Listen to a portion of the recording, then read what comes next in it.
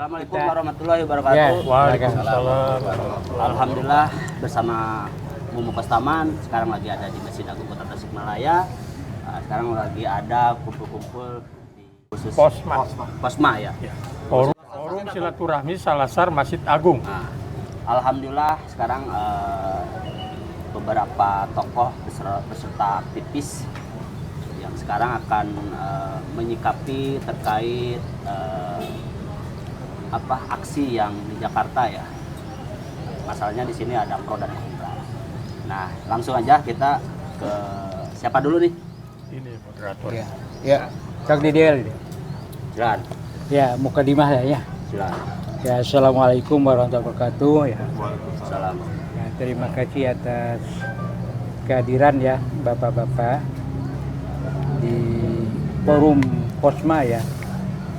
Forum Silaturahmi Salasar Masjid Agung yang biasa dilaksanakan setiap Jumat gitu kan, Jumat Barokah ya. Ya biasanya ya dihadiri ya sampai 20-30 orang kan. Cuma mungkin hari ini dalam keadaan libur gitu kan. Ya sehingga ya kita tidak terlalu ya mempermasalahkan jumlah ya yang hadir, tapi yang terpenting ya kita memanfaatkan waktu Jumat Barokah ini gitu kan untuk mengkaji kan sesuai dengan tema ya, yaitu kenapa rakyat rusuh gitu kan, kemudian siapa dalangnya ya, kemudian bagaimana solusinya gitu kan gitu. Nah, seperti kita ketahui ya pasca demo aksi ya mulai tanggal 25 ya, 28 ya, puncaknya mungkin tanggal 30 ya kalau tidak salah begitu. Di semua daerah ya. Awalnya mungkin di Pati ya sebagai pemantik gitu kan. Dengan lengsernya atau meminta lengsernya Bupati Pati gitu kan. Terus merembet ke Jakarta ya, ke gedung DPR ya, kemudian juga ke daerah-daerah lain lah. Hampir 32 provinsi ya terjadi aksi demo. Aksi demo itu mayoritas ya dampaknya memang terjadi kerusuhan-kerusuhan kan, pembakaran-pembakaran dan sebagainya. Ya tentunya ya kita punya kepedulian lah untuk mencoba ya menganalisa ya apa yang menjadi penyebabnya, pemicu ya terjadinya aksi yang sifatnya anarkis gitu kan. Bakaran ya, bahkan ada penjarahan dan sebagainya kan. Nah ini seperti kita mengingat tahun 98 kan, pada saat terjadinya reformasi kan gitu. Kalau tahun 98 ya mungkin ya hampir sama, bedanya dalam hal barangkali akumulasi dari kekecewaan ya. Kecewa rakyat, rakyat kecewa kan, kemudian ekonomi ya sedang pailit gitu kan, kemudian masyarakat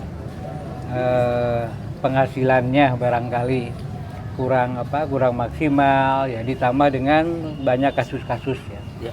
Kasus adanya kenaikan pajak gitu kan, kemudian di samping itu rakyat dicekek gitu ya dengan adanya kenaikan pajak ya, di pihak lain ya anggota dewan yang di pusat ya tunjangannya ditingkatkan kan sampai 50 juta untuk tunjangan rumah kan. Penghasilannya tunjangan itu hampir 100 juta lebih kan.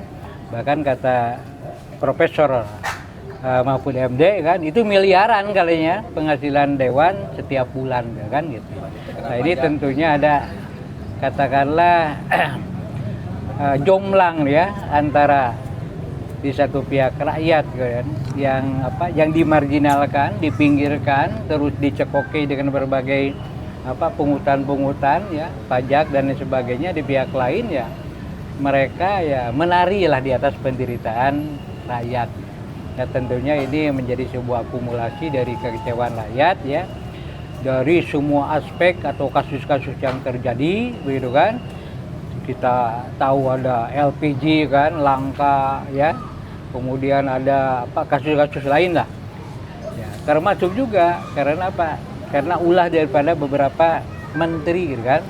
Apakah ini Pak Presiden tahu atau tidak ya kita diskusikanlah pada hari ini. Itu sebagai mukadimah saja begitu, dan tentunya kami pun minta nanti ada kesimpulan itu kan.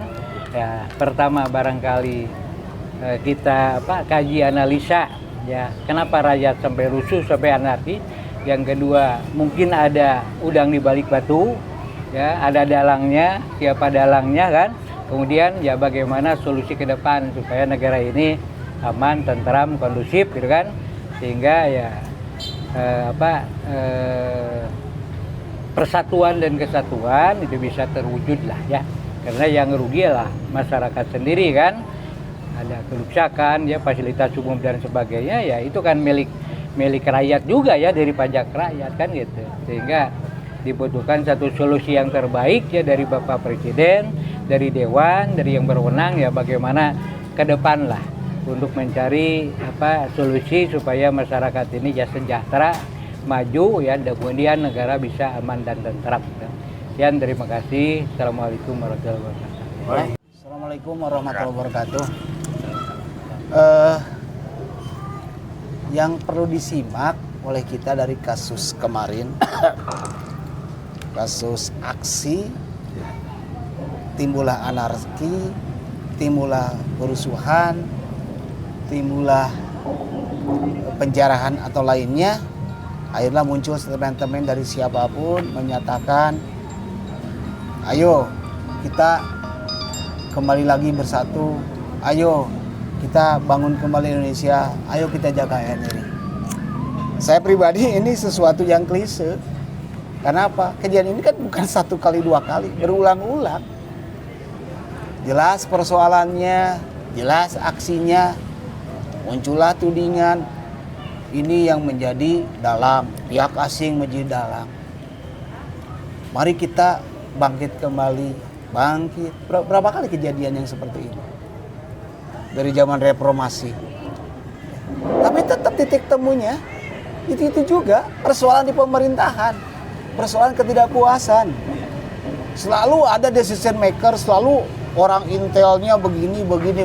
Ini yang jadi faktor yang persoalannya. Masyarakat yang dikorbankan, mahasiswa yang diadukan, aparat yang disalahkan.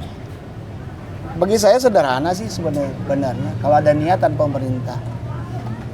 Udah jelas ini rentetan peristiwanya, udah jelas ada fakta di lapangannya, udah jelas persoalan. Ya udah tinggal sikap ya, kalau ada keberanian pemerintah Prabowo. Sebenarnya itu aja. Ya Pak ya. Kan tidak berlalu larut mencari serahkan. Persoalannya kan begini. Dari aksi apapun di Indonesia muncullah ketidakpercayaan kepada pihak polisi. Tapi semua diserahkan penyelesaiannya kepada polisi. Lucu gitu kan. Bagi kita percaya ke polisi. Tindakan di lapangan prinsipnya, walaupun bagi saya akan lebih bijak. Ya, polisi melakukan karena ada perintah. Polisi melakukan karena protes seperti itu. Kan gitu. Tetapi menyerahkan semuanya penyelesaiannya pada polisi, menunggu dari polisi. Jadi ini lucu bagi saya mah. Ini apakah menjadi habit atau menjadi biasa ngetes Presiden Ayeuna. Jokowi juga pernah sama gitu. Nggak pernah. Sejak reformasi tidak pernah ada, pasti ada demo-demo kayak gini. Dan akhirnya penjarahan, akhirnya harta ekonomi yang diambil. Yang jelas mah Indonesia can sejahtera. Demokrasi belum jelas. Siapa pelakunya, siapa biangnya? Bagi saya pelaksana demokrasi itu. Ya kalau sekarang hari ini DPR ya wayahna we. Barangkali ya itu. Itu aja barangkali. Rezim yang sebelumnya sama yang sekarang sama aja ya. Ya sebenarnya seperti itu juga ada rentetan. Ada rentetan. Jadi gini. Coba dari aksinya semua sama tentang pemerintah, tapi ada perubahan nggak? Iya. Orang nggak percaya berapa kali polisi melakukan tindakan reprensif. Walaupun bagi saya mah ada hal yang memang karena di luar kemampuan dia sebagai seorang anggota, ya kan, dan reprensif. Tapi setelah itu baik lagi malah menyerahkan segalanya kepada polisi, ya kan? Dan para pihak-pihak bermain di sana mengeluarkan alangkah statement komen-komen yang luar biasa. Bagi saya mah lucu gitu. Nanti udah beres, nanti barangkali kapan lagi ada lagi, nggak sesuai malah berbagian daripada itu. Substansi persoalan keungkap. Naon masalahnya? Kemarin udah jelas. Ceng atuh cenah Prabowo lingkungan anu di sebelumnya caroretan non di bersihkan. Geus tinggal bersihkan. Ada pun keberanian. Ya geus jelas nyata. Ya, itulah. Paling gitu. Kasih Pak Sep. Nah, sekarang lanjut ke Pak Babe Marco. Bismillahirrahmanirrahim. Assalamualaikum warahmatullahi wabarakatuh. Salam. Secara pribadi, mungkin rekan-rekan di grup ini, kenapa Babe Marco ini tidak ada memposting dari tanggal mulai 25 sampai peristiwa, nggak ada postingan-postingan. Iya. Karena saya udah tangkap, ini akan ramai postingan yang serupa tapi tak sama, masing-masing berbeda versi. Nah sekarang versi saya mengacu dari pola pemerintahan yang memang dia sudah memproklamirkan diri versi cebong dan kampret, itu aja dulu. Ya. Jadi kalau arti daripada cebong kampret kita naon sih? Kan sato ya. Nah, jadi di sini kita hanya mengartikan arti daripada yang mereka proklamirkan sendiri. Lalu seperti apa dikala kita 10 tahun dipimpin oleh cebong? Itu dulu. Ini tidak ada berbicara tentang manfaat. Yang mendominasi adalah madarat bagi rakyat. Penciptaan daripada yang mereka gunakan adalah sistem, terutama adalah membentuk satu dinastinya dulu. Dengan kroni-kroni, membentuk satu gerakan yang sudah jelas mempunyai satu tujuan. Targetnya adalah 3 periode. Kita itu dulu. Gagal dari misi dia, dengan sendirinya faktor kekecewaan itu yang terpendam. Akan tetapi tetap tidak terlepas daripada joint venture kerjasama antara cebong dan kampret. Kenapa? Kampret sekarang naik itu selalu diungkit atas dasar jasa-jasa cebong. Ini yang selalu dijadikan tenaga. Mengacu daripada peristiwa demi peristiwa. Tidak terlepas daripada skenario dan masing-masing mempunyai satu kepentingan. Kalau kita mengacu daripada sikap Bapak PS, memang memunculkan rasa greget. Kunaon sih, asaku lambat-lambat pugu nembrak gitu ya. Ya. Para pelaku dan ruang lingkup yang ada di seputar dia adalah merupakan benalu yang menjadi virus menggerogoti tentang kekuasaan dia. Maka terjadilah kemarin. Walaupun versinya adalah faktor kekecewaan rakyat atas dasar ulah daripada menteri, baik dari Suryaninya dan lain-lain gitu ya, termasuk anggota DPR yang Eko CS, si Buya dan si Sahroni. Memang dasarnya yang sangat itu adalah itu dulu. Tapi kenapa bisa terjadi kios menyeluruhan sampai muncul? Ini memang sengaja diciptakan oleh pihak mereka itu sendiri dalam rangka terkesan Prabowo dalam kekuasaannya memunculkan kekacauan sampai tidak bisa menanggulangi permasalahan ini. Targetnya memang dari pihak mereka kepenasaran atas kekecewaan 3 periode tidak tercapai, ya, sampai memunculkan suatu gerakan yang jelas melanggar konstitusi dengan si Gibrannya. Di situ sudah juga nembrak dari mekanisme dalam bentuk suatu pelanggaran pun masih juga ada kesan pembiaran. Sehingga untuk nyata akhirnya dengan adanya gejolak di sini muncul beberapa pemain baik dari pihak PS maupun dari pihak Jokowi memperebutkan satu misi yang memang untuk kepentingan mereka. Tapi kalaupun berhasil versinya Jokowi, tetap Prabowo akan dilibatkan. Ini jangan dikira dia berhasil terus Prabowo akan enggak. Satu contoh aja kemarin.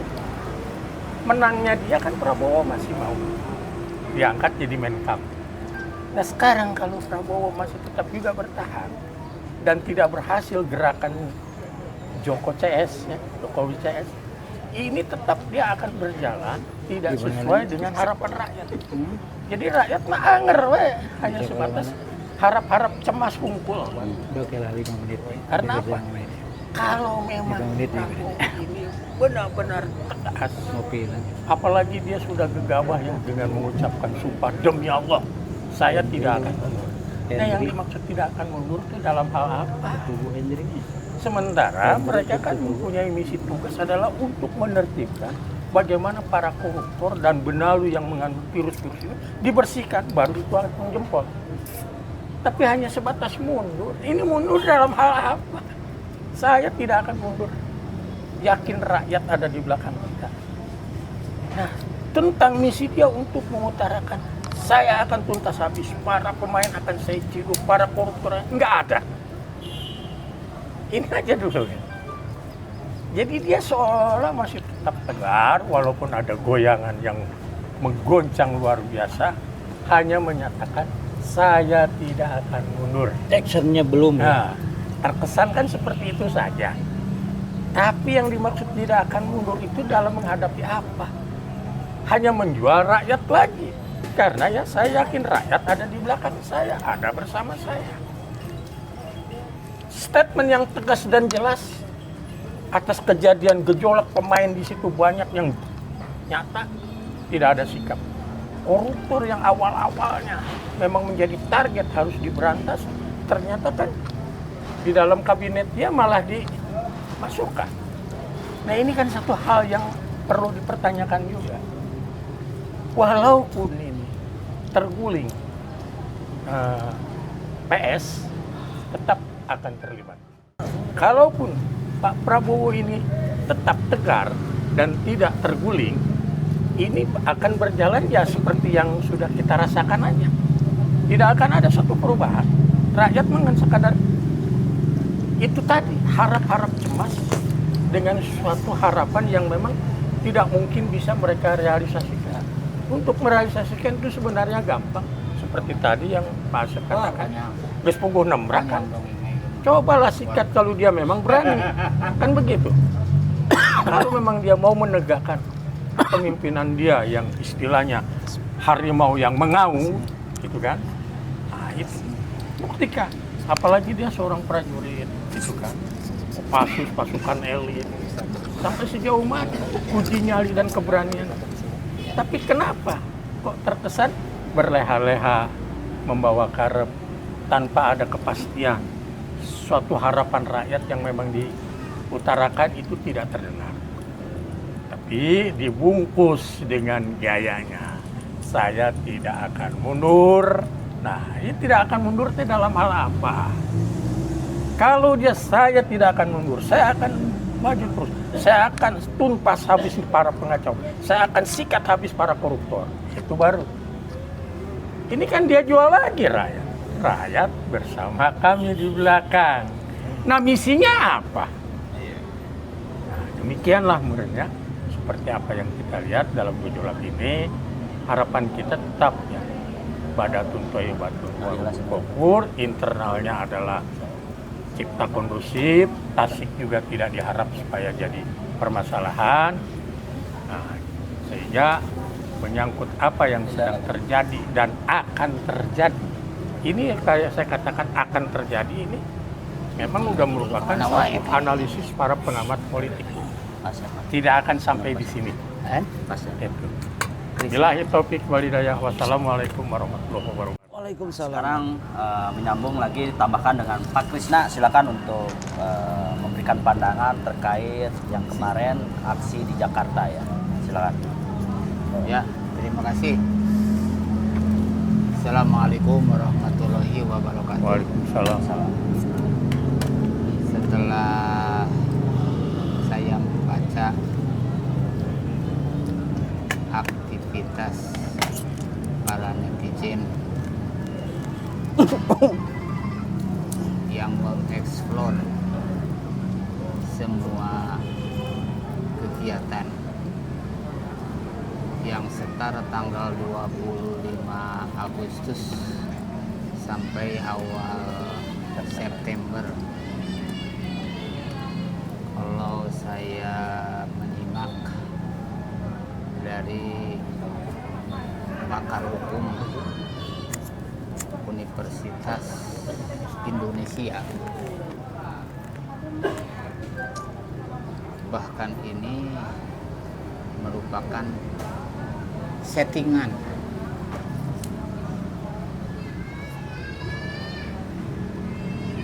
ketika yang dikedepankan ini menjadi aktor utama di jalanan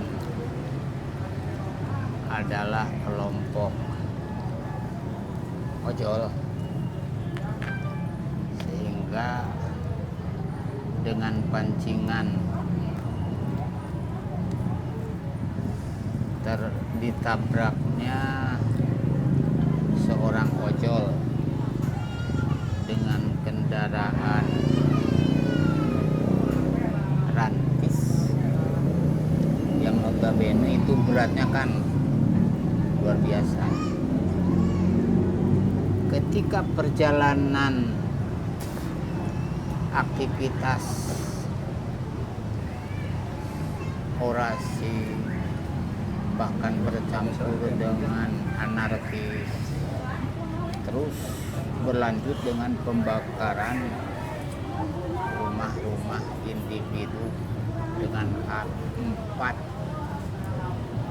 aktor menjadi pusat perhatian masyarakat. Itulah kondisi, apakah itu sinetron yang dirilis oleh seorang sutradara. Ketika itu berlangsung, ada kegiatan pertemuan dengan RI 2. Saya lihat ada 2 dari Maxim dan sisanya itu adalah ojol yang berseragam hijau. Itu sudah dianalisis. Saya menilai itu sinetron murahan, drama picisan, drama yang mudah diterka oleh masyarakat awam pun. Sehingga saya berkonklusi, drama sinetron apalagi yang akan dipersembahkan. Baru saja selesai drama ijazah palsu yang notabene ya penuh rekayasa, sehingga kebenaran ilmiah pun tersingkirkan dengan tim rejim yang membawa kehancuran. Udah tarik, Hah? udah tarik, Nah, udah tarik. saya Rada sangat ieu, rada budak eta mah. tertarik untuk membahas ini. Sebenarnya siapa yang harus bertanggung jawab? Walaupun tadi dikatakan oleh sesepuh kita hanya narasi-narasi, katakanlah kita mendengar kata yang sedang populer, omon-omon. Omon-omon itu realitasnya ada tidak ada. Terbukti itu hanya memberikan suatu skip kepada masyarakat supaya terhenti beropini, supaya berhenti beralibi, supaya berhenti berargumen, supaya berhenti membuatkan kegiatan. Saya tertuju kedua orang yang ditunjukkan oleh netizen bahwa yang kelak di drama 25 Agustus sampai awal September itu dia bisa tertawa. Dengan tertangkapnya Sahroni, muncul dari mulut pribadinya, itu sebuah manifestasi. Jumlah parlemen anggotanya 575 itu tidak nyaman, tidak aman. Sejumlah kabinet merah putih, ada yang berasumsi hanya 90% yang bersih. Bahkan Sahroni menyimpulkan, membuat sebuah konklusi, itu katanya semuanya tidak aman dan tidak nyaman kalau ditikis habis. Ada yang benar. Tapi ini kapan omon-omon yang diucapkan kepada masyarakat, kepada rakyat 280 juta ini akan terbukti? Apakah ini hanya ngaje jempe naon ngarepekeun masyarakat atau memang seperti apa? Mohon maaf. Berarti Dengan hadirnya Salsa Erwina Huta Galung saja, salah satu anggota Dewan yang notabene ijazahnya hanya rata-rata 5,7, seperti itu ditantang. Dia mau memberikan sebuah pencerahan kepada negara kita. Inilah kondisi real negara Indonesia yang notabene akan lahir di negara Indonesia itu negara di dalam negara. Saya datang sendiri ke PIK 1 dan PIK 2 seperti itu. Pak Krisna, sekarang kan sudah kesimpulannya tatanan kehidupan berbangsa ini kan sudah rusak ya. Amburadul lah kalau bahasanya kata Profesor Din Samsudin. Nah, ada nggak untuk kedepannya solusi-solusi yang bisa nanti sikapi gitu ya? Nanti silakan, nanti siapa aja yang bisa. Sederhana sih sebenarnya. Saya tidak perlu retorika yang panjang, tidak memerlukan sebuah analisis berbagai macam ilmu. Pertanyaannya, siapapun, apakah dari dulu dan sekarang, pemerintah kita jujur nggak pada rakyatnya hari ini? Banyak kasus sudah jelas fakta, dan sebenarnya ya gampang. Ada yang terungkap dan tidak terungkap. Pernah nggak pemerintah jujur pada masyarakatnya bahwa keadaan negara kita itu tidak baik-baik saja? Contoh halnya contoh aja maaf. Kejadian ini kan ada sebab akibat. Ada muasal, ada musabab, ada awal, ada akhir, dan ada dampak. Ya kan? Dan selalu ada kata-kata hati-hati provokator. Hati-hati ini settingan pihak-pihak tertentu. Tidak hanya asing. Kalaupun iya, ini settingan. Apakah kejadian seorang pengemudi ojol itu settingan atau tidak? Ya kan? Itu aja saya. So, coba jawab aja. Apakah dijawab atau tidak? Saya tanya. Kan selalu begitu. Dari pihak-pihak terkait menyatakan hati-hati. Ada pihak yang mengundangnya, hati-hati ini settingan, hati-hati. Nah kalau seperti itu di semua instansi, di pemerintahan kan semua notabene disebutkan ketidakjujuran kan ya masalahnya. Nah berarti kalau semua udah tidak jujur, pelaku penegak hukumnya apalagi dan lain-lain. Nah ini jadi rakyat harus gimana nih? Ya kan saya bilang ada dampak.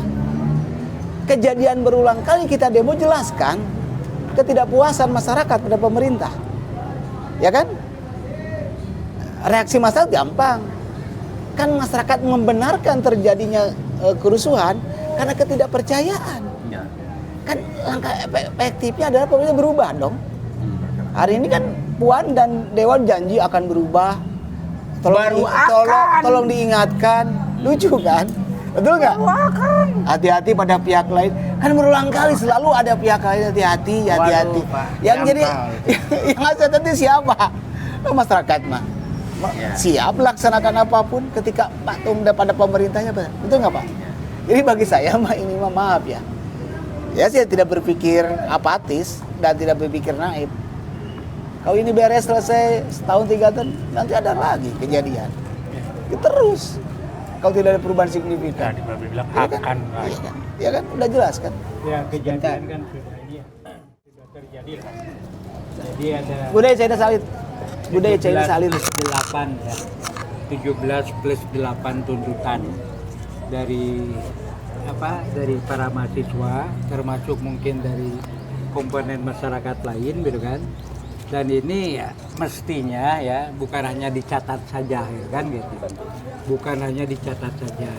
Tapi juga ya harus ada target yang jelas kan. Harus ada target yang jelas. Nah, salah satunya ya target yang jelas itu harus jelas time schedule-nya. Tuntutan A, 1, 2, 3 dan seterusnya kapan gitu kan. Misalnya 1 bulan harus selesai, 2 bulan harus selesai. Ada jangka pendek ya, kemudian jangka menengah, kemudian jangka panjang ya. Di selama 3 atau 4 tahun ke depan ya, semua tuntutan dari para mahasiswa 17 plus 8 tuntutan itu ya harus terwujud gitu kan. Seandainya tidak ada target time schedule nantinya seperti itu lagi gitu kan. Seakan seperti itu lagi gitu kan. Artinya ya kalau sudah aman ya sudah gitu kan. Tidak akan ada apa action kan di lapangan. Makanya ini perlu ada pengawalan ya dari semua komponen masyarakat ya, bagaimana baik pemerintah maupun dewan dan juga mungkin dinas-dinas terkait atau lembaga-lembaga terkait ya merumuskan bersama bagaimana 17+8 ini bisa direalisasikan, bisa diwujudkan dengan waktu yang sudah diputuskan bersama kan gitu. Kalau seandainya nanti lupa lagi gitu kan gitu. Mana yang sifatnya mendesak kan, mana yang sifatnya bisa nanti dilakukan, diwujudkan tahun depan, kemudian 2 tahun ke depan dan seterusnya kan.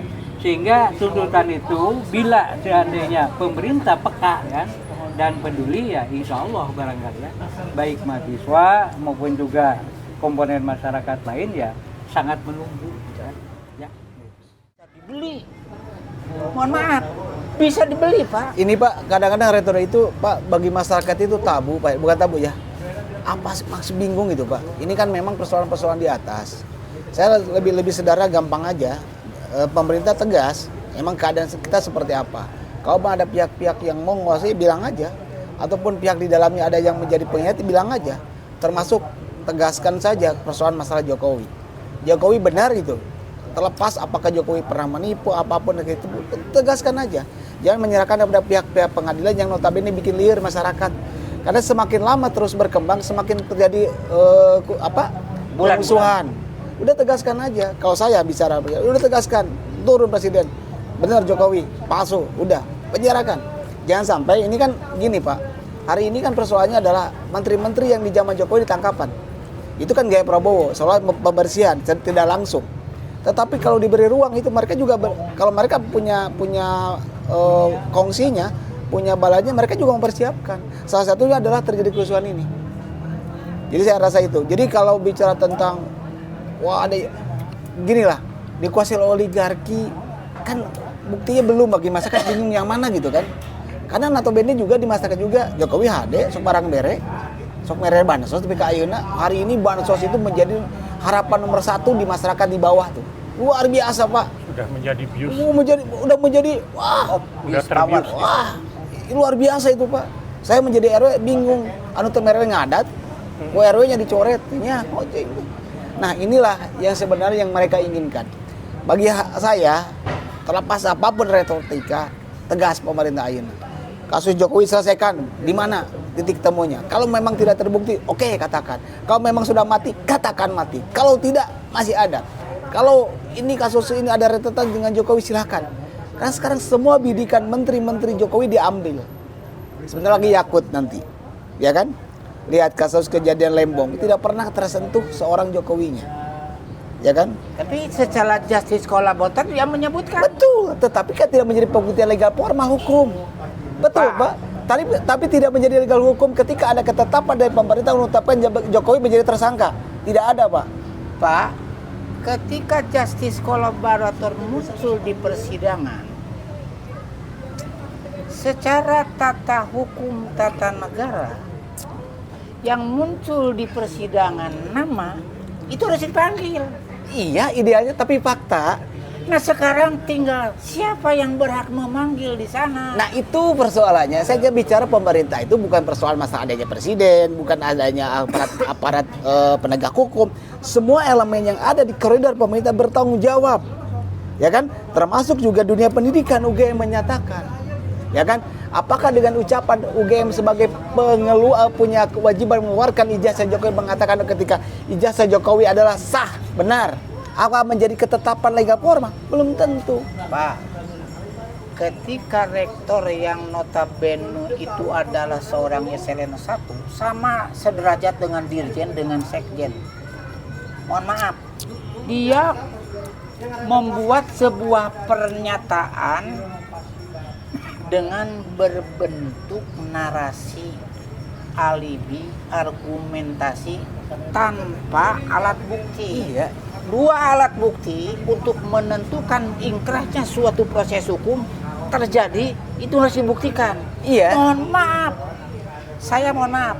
Ketika latar belakang seorang Ova Emilia mengungkapkan bahwa itu adalah benar, ternyata ada di balik belakang 29M dia itu tidak mampu bayar, yang notabene dia itu adalah suaminya orang Korea. Ada yang menyebut dia harus mengeluarkan kocek 100 miliar. Bahkan ada yang menyatakan 1,6 miliar disiapkan untuk mempertahankan ijazah palsu yang notabene Pasar Pramuka pernah dihanguskan. Ya, Pasar Pramuka maksudnya begini udah Pak, jadi kembali lagi ke persoalannya adalah ini harus ketegasan pemerintah mengungkap persoalan. Kalau kita bicara secara akal sehat, secara narasi kosong, kejadian kemarin itu ada dampak ketidakpuasan. Terlepas apakah awalnya mulai dari perlakuan DPR ketika menari kecil itu kan, tapi ini kan ketidakpuasan. Makanya kan narasi dari pihak-pihak lain disebutnya adalah awas ini settingan, ada pihak-pihak tertentu, dan selalu di kebiasaan di Indonesia setiap ada kejadian kerusuhan pasti ada antek asing.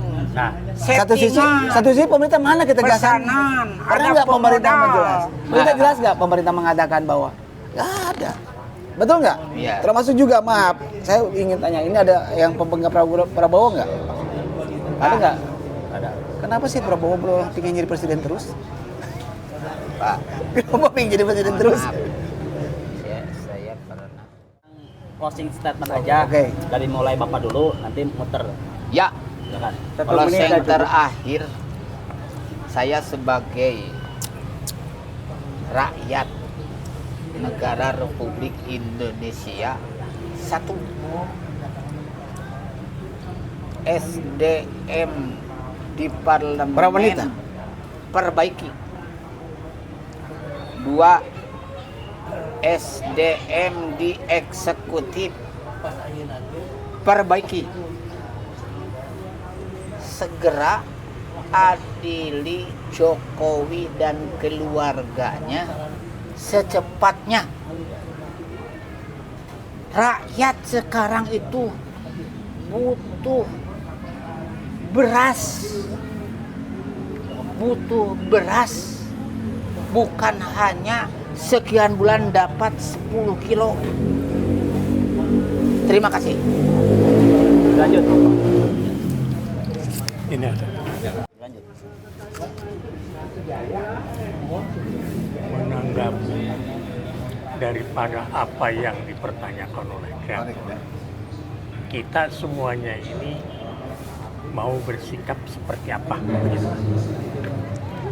Dari sini memang kita mengacu daripada topik yang sedang menggema dan bergaul berdasarkan opini masyarakat. Ya salah satunya itu tadi, adili Jokowi dulu serta keluarganya, makjulkan si Gibran diantaranya. Gerakanlah sikap dari Prabowo itu sendiri untuk mengikis bersih-bersih daripada para benalu. Karena apa?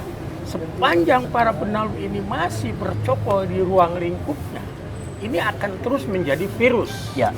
Karena komunikasinya dari dalam ke internal, keluar, itu akan terus berjalan. Nah inilah sikap yang ditanyakan. Jadi apa yang kita harapkan sebagai warga masyarakat, yaitu tadi 3 poin. Adili keluarga dari Jokowi beserta keluarga, Pak Sultan Gibran, sikapi dengan tegas oleh Bapak Prabowo untuk mengikis habis virus-virus yang jadi benalu di lingkungannya. Insya Allah itu bisa disikapi. Karena apa? Dia kan sudah kadung berbicara rakyat ada di belakang saya. Nah, berikut para purnawirawan juga harus terakomodir. Kenapa harus diragukan lagi? Bismillah, kita berdoa. Semoga Prabowo ini tetap sehat. Karena yang diharapkan adalah versi mereka 2 tahun kemudian Prabowo sakit atau Prabowo berhalangan, Gibran naik.